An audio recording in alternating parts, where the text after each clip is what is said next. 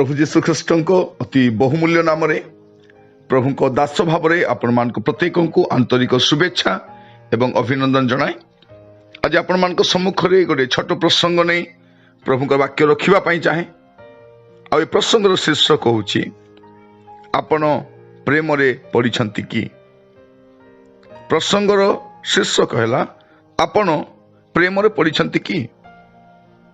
विशेषकर संवादटी युवा मान जो स्कूल कॉलेज रे पढ़ती जे मानकर विवाह बयस हो ही नहीं पर्यंत बा से माने विवाह बयस रे पाद दौरान मुझे 5टी परामर्श रखापी चाहे।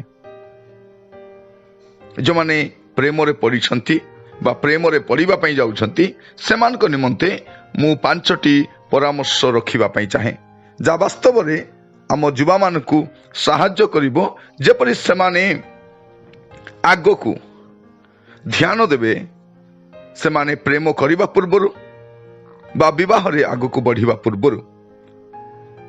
प्रथम विषय कहवाई चाहे आपण प्रेम रे पड़िछंती कि एई प्रसंग रे कहवाई प्रथम विषय है निज बयस को ध्यान दियंतु। आपण प्रेम रे पड़िबा पूर्वर आपणार बयस को देखंतु। आपण जदि 20 वर्ष कम प्रेम रे पड़ंतु नहीं। प्रेम न कले भल नचेत आपण शिक्षा आपण भविष्य एपरिक आपण चरित्र मध्य नष्ट हो पारे एवं आपण सब क्षेत्र रे अक्षम हेबे। आपण भविष्य तो अंधकारमय हेबो किंतु ता सहित आपण शिक्षा मध्य उत्तम भाव संपन्न करि पारिबे नहीं एवं आपण चरित्र मध्य कष्ट पाइबो।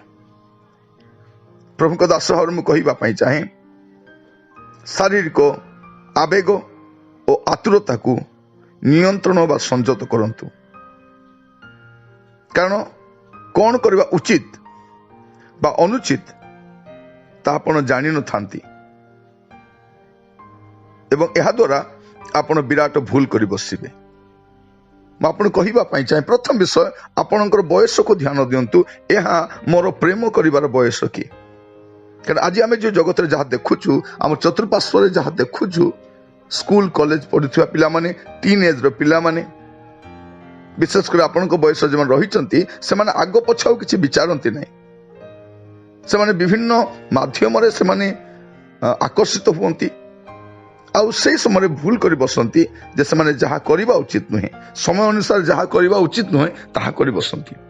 प्रथम विषय आपण जतले छात्र अवस्था रही से समय आपण शिक्षा को गुरुत्व देवे आपण भविष्य को गुरुत्व देवे। आग शिक्षा आग भविष्य आग चरित्र तापर आपण चयन करेंगे आपण क्या भल पाइबे बा बाहा हेबे यह द्वितीय विषय अटे। तेणु आपण माने प्रथम रे जो बयस को ध्यान दियंतु। यहाँ मोर प्रेम करिवार बयस कि।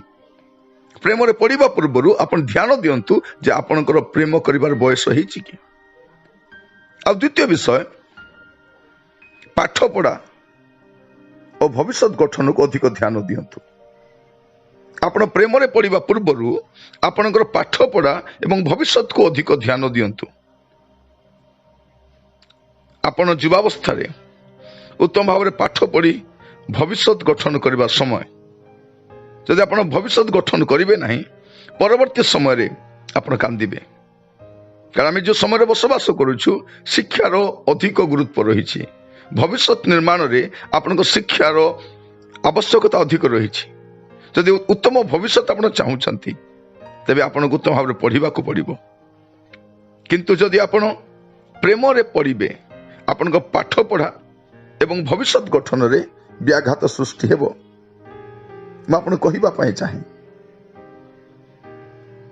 जदि ए दुईटी विषय आप नष्ट करेंगे आग को आपण कि समाधान नथिबो।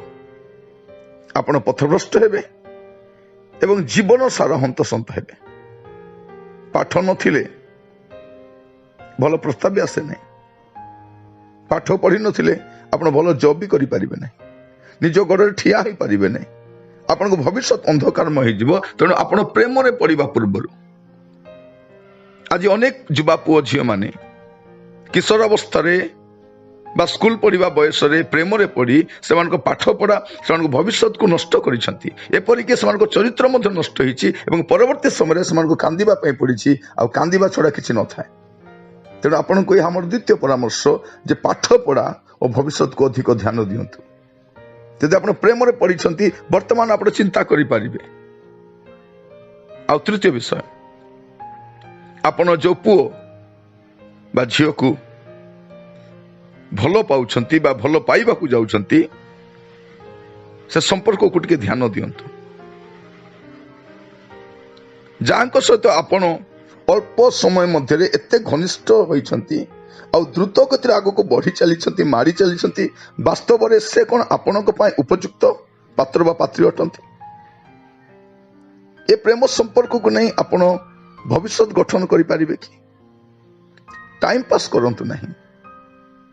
ପାଠ ପଢିବା ସମୟରେ ଟାଇମ ପାସ୍ ନାହିଁ, ଭବିଷ୍ୟତ ଗଠନ କରିବା ସମୟରେ ଟାଇମ ପାସ୍ ନାହିଁ, ଚରିତ୍ରରେ ଟାଇମ ପାସ୍ କରାଯାଏ ନାହିଁ, ବିବାହ ସମ୍ପର୍କରେ ଆଗକୁ ବଢିବା ସମୟରେ ଟାଇମ ପାସ୍ କରାଯାଏ ନାହିଁ।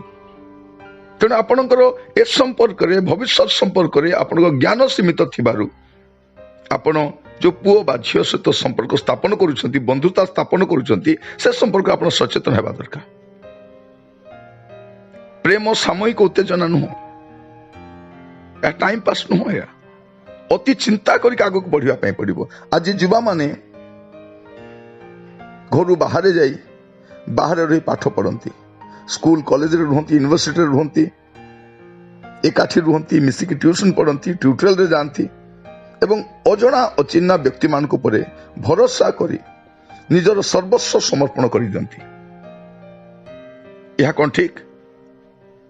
ଆପଣ ସବୁ ବଦଳାଇ ପାରିବେ, ଜୀବନସାଥୀ ବଦଳାଇ ପାରିବେ ନାହିଁ। ତେଣୁ ଚିନ୍ତା କରନ୍ତୁ, ପ୍ରାର୍ଥନା କରନ୍ତୁ, ଅପେକ୍ଷା କରନ୍ତୁ ଏବଂ ପରିବାରକୁ ମଧ୍ୟ ଧ୍ୟାନ ଦିଅନ୍ତୁ। ଯାହାକୁ ପ୍ରେମ କରୁଛନ୍ତି ଭବିଷ୍ୟତରେ ବାହା ହେବେ ତ? ସେ ପୁଅ ବା ଝିଅ ଯୋଉ ପରିବେଶରେ ରୁହନ୍ତି ଆପଣ ସେ ପରିବେଶ ତ ଖାପ ଖୁଆଇ ରହିପାରିବେ ତ? ସେ ପୁଅ ବା ଝିଅ ଯୋଉ ପରିବାରରୁ ଆସେ ସେ ପରିବାର ତ ଆପଣଙ୍କର ବନ୍ଧୁତା ସ୍ଥାପନ ହେଇପାରିବ ତ? ଆମେ ବେଳେ ବେଳେ ଭାବୁ ନାଇଁ ସେ ମୋର ରିଲେଟିଭ, ସେ ମୋର କଜିନ, ଭାବ ପ୍ରବଣତାରେ ଆଉଜି ପଡି କିଛି ଭୁଲ କରନ୍ତୁ ନାହିଁ, କିଛି ଭୁଲ କରନ୍ତୁ ନାହିଁ। ମୁଁ କହିବା ପାଇଁ ଚାହେଁ, ଅବିଶ୍ୱାସୀ ସହ ତ ପ୍ରଶ୍ନ ଉଠୁନାହିଁ, ବିଶ୍ୱାସୀ ହେଲେ ମଧ୍ୟ ସମୟ ଅପେକ୍ଷା କରନ୍ତୁ। ପୁଅ ଝିଅ ପରସ୍ପର ସମ୍ପର୍କରେ ଟିକେ ଧ୍ୟାନ ଦିଅନ୍ତୁ। ପ୍ରେମରେ ପଡିବା ପୂର୍ବରୁ ଏହା ଅତି ଗୁରୁତ୍ୱପୂର୍ଣ୍ଣ ବିଷୟ ଅଟେ। ମୁଁ ଗୋଟେ ଶିକ୍ଷାବିତ ଭାବରେ କହୁନାହିଁ, ଗୋଟେ ସାଇକୋଲୋଜିଷ୍ଟ ଭାବରେ କହୁନାହିଁ, ଗୋଟେ ପ୍ରଭୁଙ୍କ ଦାସ ଭାବରେ କହୁଛି। କାରଣ ଆପଣଙ୍କ ଭବିଷ୍ୟତ ଅତି ଗୁରୁତ୍ୱପୂର୍ଣ୍ଣ ଅଟେ, ଆପଣଙ୍କ ଚରିତ୍ର ଅତି ଗୁରୁତ୍ୱପୂର୍ଣ୍ଣ ଅଟେ। ଏହି ସମୟରେ ଶିକ୍ଷା ଅତି ଗୁରୁତ୍ୱପୂର୍ଣ୍ଣ ଅଟେ। ଆଗାମୀ ସମୟରେ ଅଶିକ୍ଷିତ ଲୋକମାନଙ୍କ ପାଇଁ ସ୍ଥାନ ବହୁତ କମ ଥିବ, କାରଣ ଶିକ୍ଷା ନଥିଲେ ଆପଣ କୋଉଠି ଠିଆ ହେଇପାରିବେନି। ତେଣୁ ଏ ପ୍ରେମରେ ପଡିବା ପୂର୍ବରୁ ଆପଣ ଆପଣଙ୍କ ଶିକ୍ଷା ବିଷୟରେ ଚିନ୍ତା କରନ୍ତୁ, ଆପଣଙ୍କ ଭବିଷ୍ୟତ ବିଷୟରେ ଚିନ୍ତା କରନ୍ତୁ, ତାପରେ ପ୍ରେମ କରିବା ପାଇଁ ବୟସ ଅଛି, ବୟସ କୁଆଡେ ଯାଉନାହିଁ। ଆଉ ଚତୁର୍ଥ ବିଷୟ ମୁଁ ଆପଣଙ୍କ ସମ୍ମୁଖରେ ରଖିବା ପାଇଁ ଚାହେଁ, ଆବେଗକୁ ନିୟନ୍ତ୍ରଣ କରନ୍ତୁ। ଆବେଗକୁ ନିୟନ୍ତ୍ରଣ କରନ୍ତୁ। ଆବେଗରେ ବଶବର୍ତ୍ତୀ ହେଇକି କୌଣସି ଭୁଲ କରନ୍ତୁ ନାହିଁ। ବାଇବେଲ କୁହେ ପ୍ରେମକୁ ଉତ୍ତେଜିତ କରନ୍ତୁ ନାହିଁ। ପରମ ଗୀତ ତାର 2 ପର୍ବ 7 ପଦରେ ଲେଖାଯାଏ, ପ୍ରେମକୁ ଉତ୍ତେଜିତ କରନ୍ତୁ ନାହିଁ। ମୁଁ ବେଳ ଥାଉ ଥାଉ ଆପଣଙ୍କୁ ସତର୍କ କରାଉଛି, ପ୍ରେମକୁ ଉତ୍ତେଜିତ କଲା ଭଳି, ଆପଣଙ୍କ ଶରୀରକୁ ଉତ୍ତେଜିତ କଲା ଭଳି କୌଣସି ପ୍ରକାର ଟିଭି ପ୍ରୋଗ୍ରାମ ଆପଣ ଦେଖନ୍ତୁ ନାହିଁ। ଏ ପ୍ରକାର କୌଣସି କାର୍ଯ୍ୟକ୍ରମ ଆପଣ ଦେଖନ୍ତୁ ନାହିଁ ଯାହା ଦ୍ୱାରା ଆପଣ ଉତ୍ତେଜିତ ହେଇପାରିବେ, ଆପଣଙ୍କର ଆବେଗକୁ ଆପଣ କଣ୍ଟ୍ରୋଲ କରିପାରିବେ ନାହିଁ। ଏ ପ୍ରକାର କାର୍ଯ୍ୟକ୍ରମ ଦେଖନ୍ତୁ ନାହିଁ, ଏ ପ୍ରକାର ମ୍ୟାଗାଜିନ୍ ଆପଣ ପଢନ୍ତୁ ନାହିଁ, ଏ ପ୍ରକାର ୱେବସାଇଟ ଆପଣ ଖୋଲନ୍ତୁ ନାହିଁ, ଏ ପ୍ରକାର ୟୁଟ୍ୟୁବ ଚ୍ୟାନେଲରେ ଆପଣ ଯାଆନ୍ତୁ ନାହିଁ, ଏ ପ୍ରକାର ଫ୍ରେଣ୍ଡସ୍ ଆପଣ ରଖନ୍ତୁ ନାହିଁ। ଯଦି ଆପଣ କାହାକୁ ପସନ୍ଦ କରୁଛନ୍ତି ଅପେକ୍ଷା କରନ୍ତୁ ଏବଂ ସ୍ଥିର ହୋଇ ରୁହନ୍ତୁ, ସ୍ଥିର ଭାବରେ ନିଷ୍ପତ୍ତି ନିଅନ୍ତୁ। ଏହା ମୁଁ କହିବା ପାଇଁ ଚାହେଁ। ପରମ ଗୀତ ତାର 2 ପର୍ବ 7 ପଦରେ ଲେଖାଯାଏ, ମୁଁ ଆପଣଙ୍କ ପାଇଁ ଦ୍ୱିତୀୟ ଅଂଶ ପଢୁଛି, ପ୍ରେମର ବାସନା ନହିବା ପର୍ଯ୍ୟନ୍ତ ତୁମେ ମାନେ ପ୍ରେମକୁ ଯୋଗାଅ ନାହିଁ କି ଉତ୍ତେଜନା କର ନାହିଁ। ସମୟ ପୂର୍ବରୁ ପ୍ରେମକୁ ଉତ୍ତେଜିତ କରନ୍ତୁ ନାହିଁ। ଏ ପ୍ରେମକୁ ଉତ୍ତେଜିତ କରିବା ପାଇଁ ଏଇ ମାଧ୍ୟମ ଗୁଡ଼ାକ ବହୁତ, ଏ ନିଶା ଦ୍ରବ୍ୟ, ଏ ଭଲଗର ମ୍ୟାଗାଜିନ୍, ଏ ୱେବସାଇଟ୍, ୟୁଟ୍ୟୁବ, ଟିଭି ଚ୍ୟାନେଲ, ଅନେକ ଟିଭି ପ୍ରୋଗ୍ରାମ, ଅନେକ ସିନେମା ଗୁଡ଼ାକ ରହିଛି ଯାହା ଆପଣଙ୍କୁ ଗାତରେ ପକାଇଦେବ। ଆଜିର ପିଲାମାନେ ଯେଭଳି ଭାବରେ ସେମାନେ ପ୍ରେମକୁ ଆଖି ବୁଝା ଯାଉଛନ୍ତି, ଏହା ବ୍ରେକ୍ ଫେଲ୍ ଗାଡ଼ି ଭଳିଆ, ସେମାନେ କୁଆଡ଼େ ଯାଉଛନ୍ତି ସେମାନେ ଜାଣନ୍ତି ନାହିଁ। ଏକଥା ମୁଁ କାହିଁକି କହୁଛି, ବୟସ କମ୍ ଥିବାରୁ ଆପଣ ଦୂରଦୃଷ୍ଟି ନୁହନ୍ତି, ସଠିକ ବ୍ୟକ୍ତିଙ୍କୁ ଆପଣ ଚୟନ କରିପାରିବେ ନାହିଁ। ଏ ସମ୍ପର୍କରେ ଆପଣ କାହାରି ପରାମର୍ଶ ବି ନେଇପାରିବେ ନାହିଁ। ତେଣୁ ଭୁଲ କରିବାର ସମ୍ଭାବନା ଅଧିକ ରହିଛି। ଗୁପ୍ତ ପ୍ରେମ କଷ୍ଟ ଦିଏ, ସମସ୍ୟା ସୃଷ୍ଟି କରେ। ତେଣୁ ଆପଣ କ'ଣ କରିବେ? ଆବେଗକୁ ଆପଣ ନିୟନ୍ତ୍ରଣ କରିବେ। ଆପଣଙ୍କ ଆବେଗକୁ ନିୟନ୍ତ୍ରଣ କରିବେ। ଆପଣ ଏ ପ୍ରକାର ସାଙ୍ଗସାଥି ସହିତ ରୁହନ୍ତୁ ନାହିଁ, ଏ ପ୍ରକାର ଚାଟିଂ କରନ୍ତୁ ନାହିଁ, ଏ ପ୍ରକାର ମାହୋଲକୁ ଯାଆନ୍ତୁ ନାହିଁ ଯୋଉଠି ଆପଣଙ୍କର ଆବେଗ ଉତ୍ତେଜିତ ହେବ ଏବଂ ଆପଣ ଭୁଲ କରି ବସିବେ। ଆପଣ ପ୍ରେମରେ ପଡ଼ିଛନ୍ତି କି ବା ପ୍ରେମରେ ପଡ଼ିବାକୁ ଯାଉଛନ୍ତି କି, ଏ ବିଷୟ ଗୁଡ଼ାକ ଆପଣ ସତର୍କ ହେବା ଦରକାର, ଯାହାଦ୍ୱାରା ଆପଣଙ୍କର ଶିକ୍ଷା, ଆପଣଙ୍କ ଭବିଷ୍ୟତ, ଆପଣଙ୍କ ଚରିତ୍ର, ଏପରିକି ଆପଣଙ୍କର ପରବର୍ତ୍ତୀ ଜୀବନ ବା ଜୀବନ ସାଥୀ ମଙ୍ଗଳଜନକ ହେଇପାରିବ। ପଞ୍ଚମ ବିଷୟ, ଆପଣ ପ୍ରେମରେ ପଡ଼ିଛନ୍ତି କି ପ୍ରସଙ୍ଗରେ ପଞ୍ଚମ ବିଷୟ ରଖିବା ପାଇଁ ଚାହେଁ, ଥରେ ଆପଣଙ୍କ ଅଭିଭାବକଙ୍କ ସମ୍ପର୍କରେ ଭାବି ଦେଖନ୍ତୁ। ଆପଣଙ୍କ ପ୍ୟାରେଣ୍ଟସ୍, ଆପଣ ନିଜ ଘର ଲୋକ ବିଷୟ ଟିକେ ଭାବି ଦେଖନ୍ତୁ। ପ୍ରେମ କରିବା ସମୟରେ କ'ଣ ହୁଏ, ଆମେ କାହା ବିଷୟରେ ଭାବିନଥାଉ। ପ୍ରେମରେ ପଡ଼ିବା ପୂର୍ବରୁ ନା ବାପା, ନା ମା, ନା ଭାଇ, ନା ପରିବାର, ନା ଈଶ୍ୱର, ନା ମଣ୍ଡଳୀ କିଛି ମାଇଣ୍ଡରେ ଆସେ ନାହିଁ, କେବଳ ପ୍ରେମ ହିଁ ଦେଖାଯାଏ। ଥରେ ଆପଣଙ୍କ ପ୍ୟାରେଣ୍ଟସ୍ଙ୍କ କଥା ଭାବି ଦେଖନ୍ତୁ। ଆପଣଙ୍କର ଗୋଟିଏ ଭୁଲ ନିଷ୍ପତ୍ତି ଆପଣଙ୍କ ପାଇଁ ସବୁଦିନ ପାଇଁ ଦୁଃଖ ଆଣିପାରେ। ପରିବାର ଅପମାନିତ ହେବେ, ଲଜ୍ଜିତ ହୋଇପାରନ୍ତି। ଆପଣଙ୍କ ଏହି ପ୍ରେମ ସମ୍ପର୍କର ପରିଣାମ କ'ଣ ହେବ ତା ଆପଣ ଜାଣନ୍ତି ବି ନାହିଁ। ଗୋଟିଏ ଭୁଲ ନିଷ୍ପତ୍ତି ଆପଣଙ୍କୁ ବହୁତ ଭୁଲ, ଏଇଟା ଗୋଟେ ବହୁତ ଇମ୍ପୋର୍ଟାଣ୍ଟ ବିଷୟ ଅଟେ। ପ୍ରେମ ଲାଇଫର ବହୁତ ଇମ୍ପୋର୍ଟାଣ୍ଟ ବିଷୟ ଅଟେ। ତେଣୁ ଆପଣଙ୍କୁ ଏହା ଅତି ଗୁରୁତ୍ୱପୂର୍ଣ୍ଣ ଭାବରେ ନେବାର ଅଛି। ଜଗତର ପିଲାମାନେ ଯେଭଳି ଭାବରେ କାହାରି ପରାମର୍ଶ ଲଢ଼ନ୍ତି ନାହିଁ, ପାଠ ପଢ଼ିବା ସମୟରେ, ସ୍କୁଲ ପଢ଼ିବା ସମୟରେ ଯୋଉଠି ଦେଖିଲେ ପ୍ରେମରେ ପଡ଼ନ୍ତି। ସେ ଲୋକକୁ ଜାଣି ନାହିଁ, ଚିହ୍ନି ନାହିଁ, ସେ ଲୋକଟା ସେ କୋଉ ରାଜ୍ୟର, କୋଉ ଭାଷାର, କୋଉ ଗାଁର, ତାର ପୃଷ୍ଠଭୂମି କ'ଣ, ସେ କି ପ୍ରକାର, କିଛି ନ ଭାବି ହୃଦୟ ଦେଇ ବସନ୍ତି ଏବଂ ପରିଶେଷରେ ଅପମାନିତ ହେବା ଛଡ଼ା ଆଉ କିଛି ବଳକା ନଥାଏ। ଆପଣଙ୍କର ଗୋଟିଏ ଭୁଲ ନିଷ୍ପତ୍ତି, ଆପଣ ଜାଣନ୍ତି, ପୁଅ ଝିଅମାନଙ୍କୁ ପଚାରିବା ପାଇଁ ଚାହେଁ, କହିବା ପାଇଁ ଚାହେଁ, ଆପଣ ଜାଣନ୍ତି ଆପଣମାନେ ଆପଣଙ୍କ ବାପା ମାଙ୍କ ପାଇଁ ସବୁ କିଛି ଅଟନ୍ତି। ସାନଟି ବେଳରୁ ଆପଣଙ୍କ ପାଇଁ ସେମାନେ ସବୁ କରି ଆସିଛନ୍ତି। ଆପଣଙ୍କୁ ପାଠ ପଢ଼ାଇବା, ଆପଣଙ୍କ ଯତ୍ନ ନେବା, ଆପଣଙ୍କ କ୍ୟାରିୟର ତିଆରି କରିବା। ଯଦି ବାପା ମା ଆପଣଙ୍କ ପାଇଁ ଏତେ ସବୁ ଚିନ୍ତା କରୁଛନ୍ତି, ଆପଣ ଥରେ ବି ଚିନ୍ତା କରିବେ ନାହିଁ ବାପା ମାଙ୍କ ପାଇଁ। ସ୍ୱାର୍ଥୀ ହେଇଯିବେ। ସେମାନେ ତ ସ୍ୱାର୍ଥୀ ହେଇନାହାନ୍ତି। ଆପଣଙ୍କ ପାଇଁ ଯାହା ଉତ୍ତମ ତାହା କରିଛନ୍ତି, କିନ୍ତୁ ଆପଣ ଏତେ ବଡ଼ ଡିସିସନ ନେବା ସମୟରେ ଆପଣଙ୍କ ପିତାମାତାଙ୍କ ପରାମର୍ଶ କେମିତି ନେବେ ନାହିଁ? ପ୍ରେମ ଅନ୍ଧ ଅଟେ, ଆମେ ଜାଣୁ। ତେଣୁ ଅଭିଭାବକ, ଆତ୍ମିକ ନେତୃବୃନ୍ଦ, ସେମାନଙ୍କ ପରାମର୍ଶ ଆମ ପାଇଁ ଆଶାବାଡ଼ି ସଦୃଶ୍ୟ ଅଟେ। ସହମତି କ୍ରମେ ଆଗକୁ ବଢ଼ନ୍ତୁ, ସମୟ ଅନୁସାରେ ଆଗକୁ ବଢ଼ନ୍ତୁ। ପିତାମାତାଙ୍କୁ ଲଜ୍ଜିତ କରି, ପିତାମାତାଙ୍କୁ ଅପମାନିତ କରି, ପିତାମାତାଙ୍କୁ ହେୟ ଜ୍ଞାନ କରି, ସେମାନଙ୍କୁ ସାଇଡ କରିକି, ଏକଘରିଆ କରିକି ଆପଣ କୋଉ ପ୍ରେମରେ ଆଗକୁ ବଢ଼ିପାରିବେ? ମୁଁ କହିବା ପାଇଁ ଚାହେଁ ଆପଣଙ୍କୁ, ଏ 5ଟି ବିଷୟ ପ୍ରତି ଧ୍ୟାନ ଦେବେ। ଉଚିତ ବ୍ୟକ୍ତିଙ୍କ ଠାରୁ ପରାମର୍ଶ ନେବାକୁ ବିଳମ୍ବ କରିବେ ନାହିଁ।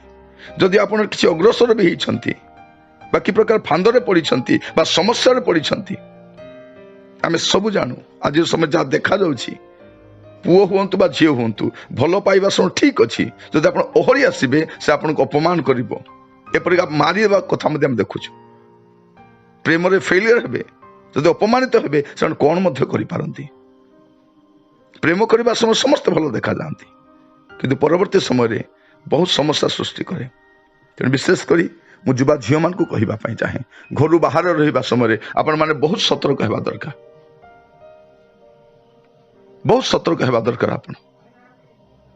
ଆପଣ ଭାବନ୍ତୁ ନାହିଁ ଯେ ଆପଣ ସେଠି କ'ଣ କରିଦେବେ। ମୁଁ ଆପଣ କହିବା ପାଇଁ ଚାହେଁ, ଆପଣ ବହୁତ ସାବଧାନ ହେବା ଦରକାର। ଯଥା ସମୟରେ ଉଚିତ ପରାମର୍ଶ ନିଅନ୍ତୁ। ପ୍ରଥମରେ ଆପଣଙ୍କ ସୃଷ୍ଟିକର୍ତ୍ତା ଈଶ୍ୱର ନିକଟରେ ପ୍ରାର୍ଥନା ଜଣାନ୍ତୁ। ଚାଳନାର ଅପେକ୍ଷା ରୁହନ୍ତୁ। ମନ ମଧ୍ୟରେ କାହାକୁ ରଖିକି ପ୍ରାର୍ଥନା କରନ୍ତୁ ନାହିଁ, ନଚେତ୍ ଭ୍ରମିତ ହେବେ। ଆପଣ ମନେ ରଖନ୍ତୁ, ଯଦି ଅବିଶ୍ୱାସୀ ପୁଅ ବା ଝିଅ ଯେତେ ଶିକ୍ଷିତ ହୁଅନ୍ତୁ, ଯେତେ ପ୍ରତିଷ୍ଠିତ ହୁଅନ୍ତୁ, ଯେତେ ସମ୍ଭ୍ରାନ୍ତ ହୁଅନ୍ତୁ, ଆଗକୁ ବଢ଼ନ୍ତୁ ନାହିଁ। ତାହା ଏକ ଅଜ୍ଞାତ ଗାତ ଅଟେ। ଆପଣ ପଡ଼ିଲେ ବାହାରି ପାରିବେ ନାହିଁ। ଆଜିର ସମୟରେ ଅନେକ ଯୁବା ପୁଅ ଝିଅମାନେ ପରସ୍ପର ଶିକ୍ଷାଗତ ଯୋଗ୍ୟତା, ନିଜକୁ ଅତି ଉନ୍ନତମାନର ଲୋକ ଭାବିକି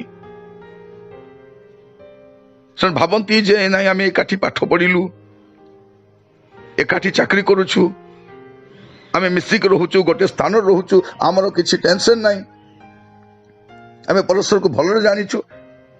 ଆପଣ ଏକାଠି କାମ କରିପାରନ୍ତି, ଏକାଠି ପାଠ ପଢ଼ିପାରନ୍ତି, ଗୋଟିଏ କଲୋନୀରେ ରହିପାରନ୍ତି, କିନ୍ତୁ ପରିବାର ଗଠନ କରିପାରିବେ ନାହିଁ।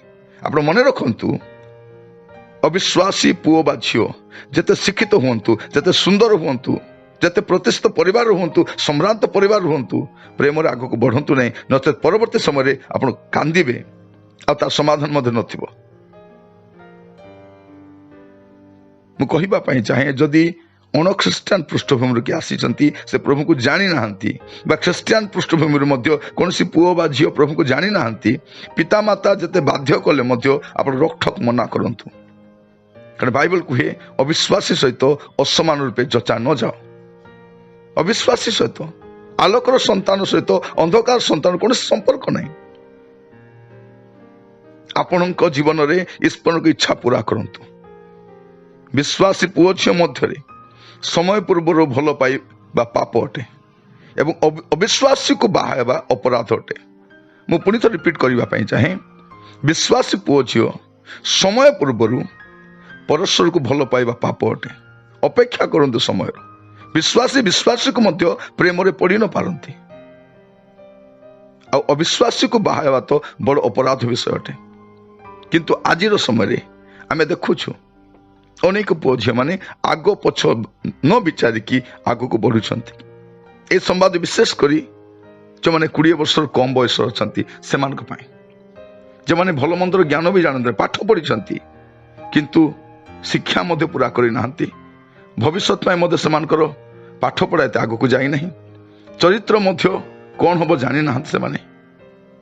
ମୁଁ କହିବା ପାଇଁ ଚାହେଁ, ଯଦି ଏ ଗୋଟିଏ କ୍ଷେତ୍ରରେ ଆପଣ ଅକ୍ଷମ ହେବେ, ଆପଣଙ୍କ ଭବିଷ୍ୟତ ଅନ୍ଧକାରମୟ ହେଇଯିବ। ଆଜି ବେଳ ଥାଉ ଥାଉ ଆପଣଙ୍କ ଆବେଗକୁ, ଆପଣଙ୍କ ଆତୁରତାକୁ ନିୟନ୍ତ୍ରଣ କରନ୍ତୁ, ସଂଯତ କରନ୍ତୁ, ନଚେତ୍ ପରବର୍ତ୍ତୀ ସମୟରେ ଆପଣ ବହୁତ କଷ୍ଟରେ ପଡ଼ିବେ, ବହୁତ କଷ୍ଟରେ ପଡ଼ିବେ। ଆପଣ ଯଦି ପ୍ରେମରେ ପଡ଼ିଛନ୍ତି, ତେଣୁ ଏ ପ୍ରସଙ୍ଗ ମୁଁ ପ୍ରସ୍ତୁତ କଲି। ଆପଣ ପ୍ରେମରେ ପଡ଼ିଛନ୍ତି କି? ଏ 5ଟି ପରାମର୍ଶ ଧ୍ୟାନ ଦେବେ, ଧ୍ୟାନ ଦେବେ। ବାଇବେଲ ଗୋଟେ ପଦ ଲେଖାଯାଏ, ଏଫେସୀୟ 5 ପର୍ବ ତାର 17 ପଦ, ଏଣୁ ନିର୍ବୋଧ ନ ହୋଇ ପ୍ରଭୁଙ୍କ ଇଚ୍ଛା କ'ଣ ତାହା ବୁଝ। ନିର୍ବୋଧ ହୁଅନ୍ତୁ ନାହିଁ। ପ୍ରେମ କରିବା ପାଇଁ ବୟସ ଅଛି। ପ୍ରେମ କୁଆଡ଼େ ଯାଏ ନାହିଁ। ପ୍ରେମ ଆପଣ ଆପଣଙ୍କ ଜୀବନରେ ବ୍ୟବହାର କରିପାରିବେ, କିନ୍ତୁ ସମୟ ଅଛି, ବୟସ ଅଛି। ବିବାହ ପୂର୍ବରୁ, ଯୁବାବସ୍ଥାରେ ଆମେ ଯାହା ବି ସମ୍ପର୍କ ରଖୁ, ଶାରୀରିକ ସମ୍ପର୍କ, ଏଗୁଡ଼ାକ ପାପ ଅଟେ। କିନ୍ତୁ ବିବାହ ପରେ ସ୍ୱାମୀ ସ୍ତ୍ରୀ ମଧ୍ୟରେ ଯେଉଁ ସମ୍ପର୍କ ରଖାଯାଏ ତାହା ପବିତ୍ର ଅଟେ। ଆଜି ଏ 5ଟି ବିଷୟକୁ ଆପଣ ଧ୍ୟାନ ରଖିବେ। ପ୍ରଥମ ବିଷୟ, ଆପଣ ପ୍ରେମରେ ପଡ଼ିବା ପୂର୍ବରୁ ଯେଉଁ ବୟସକୁ ଧ୍ୟାନ ଦିଅନ୍ତୁ। ଏହା କ'ଣ ପ୍ରେମ କରିବାର ବୟସ, ନା ଶିକ୍ଷା ଅର୍ଜନ କରିବା, ଭବିଷ୍ୟତ ଗଠନ କରିବାର ବୟସ? ଆଉ ଦ୍ୱିତୀୟ ବିଷୟ, ପାଠପଢ଼ା ଆଉ ଭବିଷ୍ୟତକୁ ଅଧିକ ଧ୍ୟାନ ଦିଅନ୍ତୁ। ଯଦି ଉତ୍ତମ ପାଠ ପଢ଼ିବେ, ଭବିଷ୍ୟତ ତିଆରି କରିବେ, ଆଗାମୀ ସମୟରେ ଆପଣ ଶାନ୍ତିରେ ରହିପାରିବେ, ଉତ୍ତମ ବନ୍ଧୁ ବା ବାନ୍ଧବୀ ଆପଣ ପାଇପାରିବେ, ନଚେତ୍ ହନ୍ତସନ୍ତ ହେବେ। ତୃତୀୟ ବିଷୟ, ଆପଣ ଯେଉଁ ପୁଅ ବା ଝିଅ ସହିତ ପ୍ରେମରେ ପଡ଼ିବାକୁ ଯାଉଛନ୍ତି ବା ପଡ଼ିଛନ୍ତି, ତାଙ୍କ ସହିତ ଭବିଷ୍ୟତ ଗଠନ କରିପାରିବେ କି? ହୁଏତ ଆପଣଙ୍କର ରିଲେଟିଭ ହେଇପାରନ୍ତି, କଜିନ୍ ହେଇପାରନ୍ତି, ବା ହେଇ ନପାରନ୍ତି। ଆପଣ ସେ ପରିବେଶରେ ରହିପାରିବେ କି? ସେ ପରିବାର ତ ଖାପ ଖୁଆଇ ଚଳିପାରିବେ କି? ସେ ପୁଅ ବା ଝିଅ ଯେଉଁ ପାଠ ପଢ଼ୁଛନ୍ତି ଆପଣଙ୍କ ଭବିଷ୍ୟତ କଢ଼େଇ ନେଇପାରିବ କି? ସାବଧାନ। କୌଣସି ବ୍ୟକ୍ତି ସହିତ, ଅଜ୍ଞାତ ବ୍ୟକ୍ତି ସହିତ ଘନିଷ୍ଠତା ବଢ଼େଇବା ପୂର୍ବରୁ ଚିନ୍ତା କରନ୍ତୁ। ଆଉ ଚତୁର୍ଥ ବିଷୟ କହୁଥିଲି ଆପଣଙ୍କୁ, ଆପଣଙ୍କ ଆବେଗକୁ ନିୟନ୍ତ୍ରଣ କରନ୍ତୁ। ଆପଣଙ୍କୁ ଉତ୍ତେଜିତ କଲା ଭଳିଆ ଯେକୌଣସି ପୁସ୍ତକ, website, YouTube, TV channel, cinema, friends, ସେମାନଙ୍କର ଅଲଗା ରୁହନ୍ତୁ। ଏବଂ ପଞ୍ଚମରେ ଅତି ଗୁରୁତ୍ୱପୂର୍ଣ୍ଣ ବିଷୟଟେ, ଆପଣ ପ୍ରେମରେ ପଡ଼ିବା ପୂର୍ବରୁ ଥରେ ଆପଣଙ୍କ ଅଭିଭାବକଙ୍କ ସମ୍ପର୍କରେ ଭାବି ଦେଖନ୍ତୁ। ଆପଣଙ୍କର ଗୋଟିଏ ତ୍ରୁଟି ସେମାନଙ୍କୁ ଭାଙ୍ଗିଦେବ। ଆପଣଙ୍କ ଗୋଟିଏ ଭୁଲ ନିଷ୍ପତ୍ତି ପରିବାର ଅପମାନ ନେଇ ଆସିବ। ଲଜ୍ଜିତ ହେବେ ସେମାନେ। ଇଭେନ୍ ଆପଣ ମଧ୍ୟ କାହା ସମ୍ମୁଖ ମୁହଁ ଦେଖାଇ ପାରିବେନି। ମୁଁ କହିବା ପାଇଁ ଚାହେଁ, ପ୍ରାର୍ଥନାର ସହିତ ସ୍ଥିର ରୁହନ୍ତୁ। ଯଦି ଆପଣ କୌଣସି ପ୍ରକାର ଫାନ୍ଦରେ ପଡ଼ିଛନ୍ତି, ବାହାରି ଆସି ପାରୁନାହାନ୍ତି, ଜଣେ ଉତ୍ତମ ବ୍ୟକ୍ତି, ଚରିତ୍ରବାନ ବ୍ୟକ୍ତି, ଯେ ଆପଣଙ୍କର ବୟସରେ ବଡ଼, ଏପରି ଏକ ଜଣେ ବ୍ୟକ୍ତିଙ୍କ ଠାରୁ ପରାମର୍ଶ ନିଅନ୍ତୁ। ବିଳମ୍ବ କରନ୍ତୁ ନାହିଁ। ପ୍ରଭୁ ଆପଣମାନଙ୍କୁ ଆଶୀର୍ବାଦ କରନ୍ତୁ। ଆସନ୍ତୁ ପ୍ରାର୍ଥନା କରିବା। ପ୍ରିୟ ଯୁବା ଭାଇ ଭଉଣୀମାନେ, ମୁଁ ଆପଣମାନଙ୍କ ପାଇଁ ପ୍ରାର୍ଥନା କରିବା ପାଇଁ ଚାହେଁ। ପ୍ରଭୁ ଆପଣମାନଙ୍କୁ ବାହୁଲ୍ୟ ରୂପେ ଆଶୀର୍ବାଦ କରନ୍ତୁ। ମଙ୍ଗଳମୟ ପିତା ପରମେଶ୍ୱର, ଆପଣଙ୍କୁ ଧନ୍ୟବାଦ ଦଉଛି ପ୍ରଭୁ। ଆଜି ମୋର ଯୁବା ଭାଇ ଭଉଣୀମାନଙ୍କ ସମ୍ମୁଖରେ ପ୍ରଭୁ ଗୋଟେ ଛୋଟ ପ୍ରସଙ୍ଗରେ ବାର୍ତ୍ତା ପରିବେଷଣ କରିବା ପାଇଁ ଆପଣ ମୋ ହୃଦୟରେ ଚାଳନା ଦେଇଛନ୍ତି। ପ୍ରଭୁ ଦୟାକରି ସାହାଯ୍ୟ କର। ପ୍ରଭୁ ଆମର ଯୁବା ପୁଅ ଝିଅମାନେ ଅବାଟରେ ଯିବା ସମୟରେ ପ୍ରଭୁ ଏହି ପ୍ରସଙ୍ଗଟି ସେମାନଙ୍କ ଜୀବନରେ କାର୍ଯ୍ୟ କରୁ। ପ୍ରଭୁ ସମୟ ପୂର୍ବରୁ, ବୟସ ପୂର୍ବରୁ ଶିକ୍ଷା ଅର୍ଜନ ନ କରି, ଭବିଷ୍ୟତ ଗଠନ ନ କରି, ଭୁଲ ପଦକ୍ଷେପ ନେବା ପୂର୍ବରୁ ପ୍ରଭୁ ସେମାନଙ୍କୁ ଦୟାକରି ସାହାଯ୍ୟ କର। ଅନୁଗ୍ରହକାରୀ ପିତା ପରମେଶ୍ୱର, ଆପଣଙ୍କ ଦୟା ସେମାନଙ୍କ ସଙ୍ଗ ଧରୁ ପ୍ରଭୁ। ପ୍ରଭୁ ସେମାନେ ଟିନେଜରେ ରହିଥିବା ସକାଶେ ଗୋଟେ ବିଷୟ ଜାଣିପାରନ୍ତି ନାହିଁ ପ୍ରଭୁ, କ'ଣ କରିବାକୁ ହବ ତାହା ଜାଣନ୍ତି ନାହିଁ ପ୍ରଭୁ। ଦୟାକରି ସାହାଯ୍ୟ କର, ଅନୁଗ୍ରହ କର ପ୍ରଭୁ। ପୁଅ ଝିଅମାନେ ବାପା ମାଙ୍କ ଠାରୁ ଦୂରରେ ରୁହନ୍ତି, ସ୍କୁଲ କଲେଜରେ ରୁହନ୍ତି, ହଷ୍ଟେଲରେ ରୁହନ୍ତି, ବାହାରେ ଚାକିରି କରିବା ପାଇଁ ଯାଆନ୍ତି, ବାହାରେ ଟ୍ୟୁସନ ଯାଆନ୍ତି, ଟ୍ୟୁଟୋରିଆଲକୁ ଯାଆନ୍ତି ପ୍ରଭୁ। ଅଜ୍ଞାତ ବ୍ୟକ୍ତିମାନଙ୍କ ସଂସ୍ପର୍ଶରେ ଆସିକି ପ୍ରଭୁ ଅନେକ ଭୁଲ ପଦକ୍ଷେପ ନେଇଛନ୍ତି ପ୍ରଭୁ। ଆବେଗକୁ ନିୟନ୍ତ୍ରଣ କରିପାରି ନାହାନ୍ତି। ପବିତ୍ରାତ୍ମା ପରମେଶ୍ୱର ଦୟାକରି ସାହାଯ୍ୟ କର ପ୍ରଭୁ। ସେମାନେ ଯେପରି ଆଗାମୀ ସମୟରେ ସବୁ ବିଷୟ ସତର୍କ ହେବେ। ଆପଣ ବାପା ମା, ଆପଣ ପରିବାର, ଆପଣ ବନ୍ଧୁ ବର୍ଗ ବିଷୟ ଭାବିବେ ପ୍ରଭୁ, ସେମାନଙ୍କ ମଣ୍ଡଳୀ ବିଷୟରେ ଭାବିବେ ପ୍ରଭୁ। ଦୟାକରି ସାହାଯ୍ୟ କର ପ୍ରଭୁ। ଆପଣ ପିତାମାତାଙ୍କୁ ପୁଣି ଆପଣଙ୍କୁ ପ୍ରଭୁ ଯେପରି ସେମାନେ ଦୁଃଖ ନ ଦିଅନ୍ତି, ଏଥିପାଇଁ ଅନୁଗ୍ରହ କର ପ୍ରଭୁ। ଆଜିର ସମୟରେ ଯେଉଁ ପୁଅ ଝିଅମାନେ ପ୍ରଭୁ ଅବିଶ୍ୱାସୀ ପୁଅ ଝିଅମାନଙ୍କ ସହିତ ବନ୍ଧୁତା ସ୍ଥାପନ କରି ବିବାହ କାର୍ଯ୍ୟରେ ଆଗକୁ ବଢିବା ପାଇଁ ନିଷ୍ପତ୍ତି ନେଉଛନ୍ତି, ସେମାନଙ୍କୁ ବୁଝିବା ପାଇଁ ସାହାଯ୍ୟ କର ପ୍ରଭୁ। ବୁଝିବା ପାଇଁ ସାହାଯ୍ୟ କର, ଦୟା କର ପ୍ରଭୁ, ଅନୁଗ୍ରହ କର ପ୍ରଭୁ। ସେମାନେ କେତେ ବଡ଼ ଅପରାଧ ଆପଣଙ୍କ ବିରୁଦ୍ଧରେ କରୁଛନ୍ତି ତାହା ବୁଝିବା ପାଇଁ ସାହାଯ୍ୟ କର। ଅସମାନ ଜୁଆଳରେ ଯଚା ଯାଉଛନ୍ତି ପ୍ରଭୁ। ଆଲୋକ ଅନ୍ଧକାରକୁ କେବେ ମିଶିବ ନାହିଁ ବୋଲି ଆପଣ କହିଛନ୍ତି ପ୍ରଭୁ। ସେମାନେ ତାହା ଗଠନ କରିବା ପାଇଁ ଯାଉଛନ୍ତି। ପିତା ଦୟା କର ବୋଲି ପ୍ରାର୍ଥନା କରୁଛି ପ୍ରଭୁ। ମୋର ଯୁବା ଭାଇ ଭଉଣୀ ମାନେ ଉତ୍ତମ ପାଠ ପଢିବେ, ଉତ୍ତମ ଭବିଷ୍ୟତ ଗଠନ କରିବେ, ଦେଶର ଗୋଟେ ପ୍ରଭୁ ସଭ୍ୟ ନାଗରିକ ହେବେ, ଉତ୍ତମ ଚରିତ୍ରବାନ ହେବେ ପ୍ରଭୁ। ଏ ପ୍ରକାର ଅନୁଗ୍ରହ କର ଏବଂ ଭବିଷ୍ୟତ ଜୀବନରେ ସେମାନେ ବାହାଘର ଆଗେଇକି ପ୍ରଭୁ ଉତ୍ତମ ଜୀବନ ସାଥୀ ପାଇପାରିବେ, ଏ ପ୍ରକାର ସାହାଯ୍ୟ କର। ସେମାନଙ୍କୁ ଦୂରଦୃଷ୍ଟି କର ପ୍ରଭୁ, ବୁଝିବା ପାଇଁ ସାହାଯ୍ୟ କର। ଯଦି କେହି ଏ ପ୍ରକାର ଭୁଲ ଫାନ୍ଦରେ ପଡ଼ିଯାଇଛନ୍ତି ପ୍ରଭୁ, ଆଜି ସେଠୁ ବାହାରିବା ପାଇଁ ଅନୁଗ୍ରହ କର ବୋଲି ପ୍ରାର୍ଥନା କରୁଛି। ଦୟାମୟ ସ୍ୱର୍ଗସ୍ଥ ପିତା, ଆପଣଙ୍କ ନାମର ମହିମା ହଉ, ଗୌରବ ହଉ। ପ୍ରାର୍ଥନା ଶୁଣିଲ, ସେଥିପାଇଁ ଧନ୍ୟବାଦ ଦିଏ ପ୍ରଭୁ। ପ୍ରତ୍ୟେକଙ୍କୁ ବାହୁଲ୍ୟ ରୂପେ ଆଶୀର୍ବାଦ କର ପ୍ରଭୁ। ଜଣେ ପାଠ ପଢୁଛନ୍ତି, ଜ୍ଞାନର ଅଭାବ ଅଛି, ଜ୍ଞାନ ଦିଅ ପ୍ରଭୁ। ପାରିବାରିକ ସମସ୍ୟା ମଧ୍ୟ ରହିଛନ୍ତି, ଗୁଡିଏ ପ୍ରକାର ପରିସ୍ଥିତି ଗତି କରୁଛନ୍ତି, ଅନୁଗ୍ରହ କର ପ୍ରଭୁ, ଦୟା କର ପ୍ରଭୁ। ପ୍ରାର୍ଥନା ଶୁଣିଲ, ଧନ୍ୟବାଦ। ଆଦର ମହିମା ଗୌରବ ଆପଣଙ୍କୁ ଦେଇ ପ୍ରାର୍ଥନାଟି ମୋର ପ୍ରାଣର ପ୍ରିୟ ଯୀଶୁଙ୍କ ନାମରେ ମାଗିଲି, ଆମେନ୍। ପ୍ରଭୁ ଆପଣମାନଙ୍କୁ ଆଶୀର୍ବାଦ କରନ୍ତୁ। ପ୍ରିୟ ଯୁବା ଭାଇ ଭଉଣୀ ମାନେ, ଏହି ସମ୍ବାଦ ଦ୍ୱାରା ନିଶ୍ଚିତ ଭାବରେ ଆପଣମାନେ ଉପକୃତ ହେଇଥିବେ। ଯଦି ସମ୍ଭବ ଆପଣଙ୍କର କୌଣସି ସାଙ୍ଗସାଥୀ ଅଛନ୍ତି ଯେଉଁମାନେ ଏ ପ୍ରକାର ପରିସ୍ଥିତିରେ ଅଛନ୍ତି, ଆପଣ ଭାବୁଛନ୍ତି ଏହି ପ୍ରସଙ୍ଗଟି ସେମାନେ କାମରେ ଆସିବ, ପ୍ଲିଜ୍ ଆପଣ ସେମାନଙ୍କୁ ସେୟାର କରନ୍ତୁ। ଆଉ ବୟସ୍କ ବାପା ମା ମାନଙ୍କୁ ମଧ୍ୟ କହିବା ପାଇଁ ଚାହେଁ, ଯଦି ଆପଣ ଭାବୁଛନ୍ତି ଏ ପ୍ରସଙ୍ଗଟି ଆପଣଙ୍କ ପୁଅ ବା ଝିଅର ଜୀବନରେ କାର୍ଯ୍ୟରେ ଆସିବ, ତାଙ୍କୁ ମଧ୍ୟ ଶୁଣିବା ପାଇଁ ଉତ୍ସାହିତ କରନ୍ତୁ। ପ୍ରଭୁ ଆପଣମାନଙ୍କୁ ପ୍ରତ୍ୟେକଙ୍କୁ ବାହୁଲ୍ୟ ରୂପେ ଆଶୀର୍ବାଦ କରନ୍ତୁ। ଧନ୍ୟବାଦ ପ୍ରଭୁ। ଆପଣମାନଙ୍କ ସହିତ ରହିକି ମହିମା ପ୍ରକାଶ କରନ୍ତୁ।